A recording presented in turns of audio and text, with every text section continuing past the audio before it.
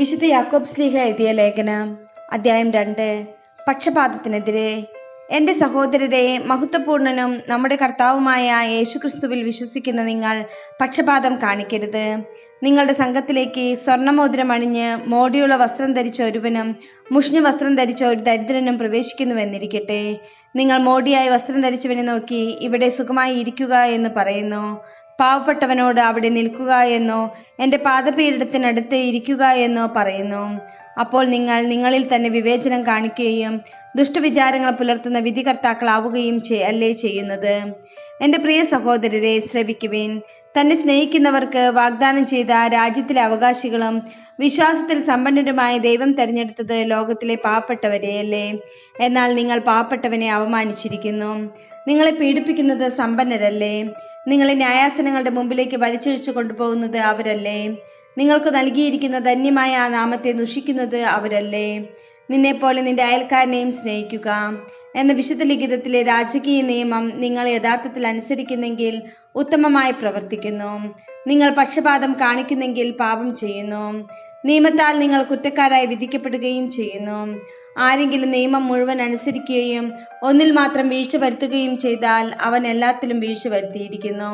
എന്തെന്നാൽ വ്യഭിചാരം ചെയ്യരുത് എന്ന് കൽപ്പിച്ചവൻ തന്നെ കൊല്ലരുത് എന്നും കൽപ്പിച്ചിട്ടില്ലേ. നീ വ്യഭിചാരം ചെയ്യുന്നില്ലെങ്കിലും കൊല്ലുന്നെങ്കിൽ നീ നിയമം ലംഘിക്കുന്നു. സ്വാതന്ത്ര്യത്തിന്റെ നിയമം അനുസരിച്ച് വിധിക്കപ്പെടാനുള്ളവരെ പോലെ നിങ്ങൾ സംസാരിക്കുകയും പ്രവർത്തിക്കുകയും ചെയ്യുവേൻ. കാരുണ്യം കാണിക്കാത്തവന്റെ മേൽ കാരുണ്യരഹിതമായ വിധി ഉണ്ടാകും. എങ്കിലും കാരുണ്യം വിധിയുടെ മേൽ വിജയം വരിക്കുന്നു. വിശ്വാസവും പ്രവൃത്തിയും. എൻ്റെ സഹോദരരെ, വിശ്വാസമുണ്ടെന്ന് പറയുകയും പ്രവൃത്തി ഇല്ലാതിരിക്കുകയും ചെയ്യുന്നവന് എന്ത് മേന്മയാണുള്ളത്? ഈ വിശ്വാസത്തിന് അവനെ രക്ഷിക്കാൻ കഴിയുമോ?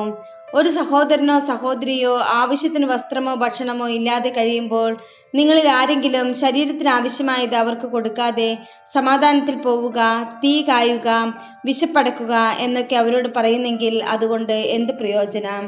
പ്രവൃത്തികൾ കൂടാതെയുള്ള വിശ്വാസം അതിൽ തന്നെ നിർജീവമാണ്. എന്നാൽ ആരെങ്കിലും ഇങ്ങനെ പറഞ്ഞേക്കാം, നിനക്ക് വിശ്വാസമുണ്ട്, എനിക്ക് പ്രവൃത്തികളുമുണ്ട്. പ്രവൃത്തികൾ കൂടാതെയുള്ള നിന്റെ വിശ്വാസം എന്നെ കാണിക്കുക, ഞാൻ എൻ്റെ പ്രവൃത്തികൾ വഴി എൻ്റെ വിശ്വാസം നിന്നെ കാണിക്കാം. ദൈവം ഏകനാണെന്ന് നീ വിശ്വസിക്കുന്നു, അത് നല്ലത് തന്നെ. പിശാചുക്കളും അങ്ങനെ വിശ്വസിക്കുന്നു, അവർ ഭയന്ന് വിറയ്ക്കുകയും ചെയ്യുന്നു. മൂഢനായ മനുഷ്യ, പ്രവൃത്തികൾ കൂടാതെയുള്ള വിശ്വാസം ഫലരഹിതമാണെന്ന് നിനക്ക് തെളിയിച്ചു തരേണ്ടതുണ്ടോ?